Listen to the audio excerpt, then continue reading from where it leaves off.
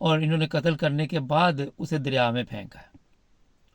یہ اس طرح کے بیانات جو ہیں وہ اس وقت میڈیا پہ چل رہے ہیں۔ اب جناب پتہ نہیں ان کے دوسرے بھی کوئی بچے ہیں کہ یا نہیں ہیں، جو اگر ہوئے تو وہ لے گئے ہوں گے یوں سمٹالے، کیونکہ اگر آپ نے ایک بچی کے ساتھ یہ کیا تو باقی بچوں کے لیے وہ رسک نہیں لیتے۔ یہ یورپ ہے۔ اب جناب یہ تو ابھی کچھ بھی نہیں ہم کہہ سکتے جب تک پولیس جو ہے وہ انکوائری نہ کر لے۔ جو پروگرام ہوتے ہیں ہمارے، وہ لوگ سمجھتے ہیں کہ پتہ نہیں ہم کوئی فیصلہ دے رہے ہوتے، ہم تو یہ بتا رہے ہوتے ہیں کہ اس وقت یہ حالات چل رہے ہیں، اور جب تک عدالت فیصلہ نہ دے یہ بندے بے گناہ ہوتے ہیں۔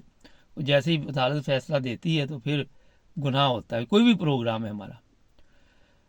اب جناب یہ میں بتا دیتا ہوں کہ لڑکی کی جو دوست ہے اس کا میڈیا پہ بیان آیا کہ وہ لڑکی بڑی ڈسٹرب تھی گھر میں، اور اپنے باپ سے کافی پریشان تھی۔ ماں باپ جو تھے اس کے ساتھ اچھا سلوک نہیں کر رہے تھے، اور یہ بھی لڑکی نے بتایا کہ اس کو تشدد کا نشانہ بنایا جاتا تھا۔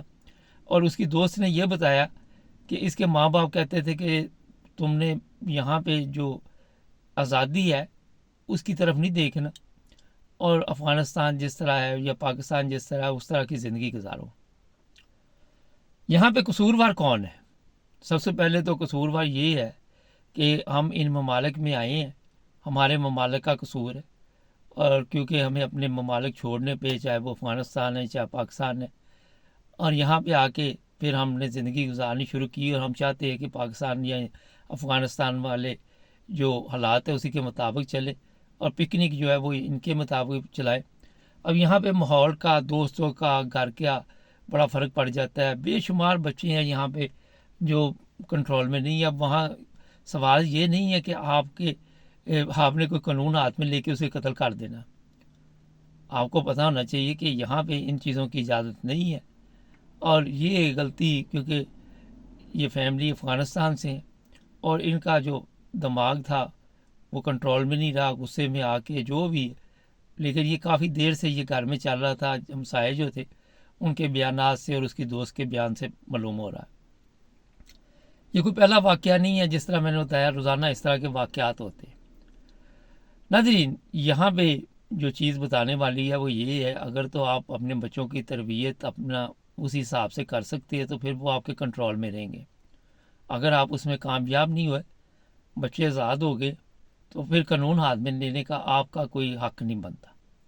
اگر آپ نے یہاں رہنا پھر یہاں کے قوانین کے مطابق آپ کو چلنا پڑے گا، اور اگر آپ خلاف ورزی کرتے تو پھر پورے گھر کی بربادی ہے۔ اب انہوں نے غلطی تو کی، لڑکی کی عمر 15 سال ہے، لیکن کیونکہ پاکستان انڈیا میں یہ جو افغانستان ہے 15 سال جوان گنی جاتی لڑکی، لیکن یہاں پہ 18 سال کے بعد گنی جاتی ہے۔ تو اب اگر یہ ثابت ہو جاتا ہے کہ لڑکی کو ان دونوں نے قتل کیا، ابھی ہم کچھ نہیں کہہ سکتے، تو یہ دونوں میاں بیوی یا جو بھی جس کا بھی جتنا قصور ہے عمر قید ہوگی، زندگی برباد۔ اور افغانستان کے لوگوں کے اوپر اس وقت اتنی زیادہ انگلیاں اٹھ رہی ہیں کہ ان کو بتایا جا رہا ہے، جرمنوں کو، کہ یہ جرائم پیشہ لوگ ہیں بہت زیادہ، ان میں سارے نہیں ہیں، بزنس مین بھی بڑے بڑے اچھے ہیں، اور بدنامی اتنی ہو رہی جس کا آپ اندازہ نہیں لگا سکتے۔ تو میں اپنے پروگرام میں یہ کہنا چاہتا ہوں کہ یہاں پہ کوشش کریں پیار محبت سے، اگر معاملہ ٹھیک ہو تو وہ کریں، ورنہ آپ جو کام آپ کر رہے ہیں اس کی اجازت نہیں ہے۔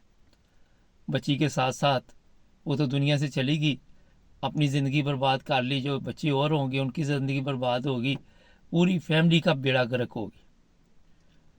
ہمارے پروگراموں کا مقصد یہی ہوتا ہے کہ اس سے کوئی فائدہ اٹھا لے، اور لوگ بڑی تعریف کرتے ہیں، ماشاءاللہ بڑی خوشی ہوتی ہے، اور لوگ کہتے ہیں جناب بڑی اچھے پروگرام ہے آپ کے، اور بڑی محنت سے میں یہ تیار کرتا ہوں اور آپ کے لیے پیش کرتا ہوں۔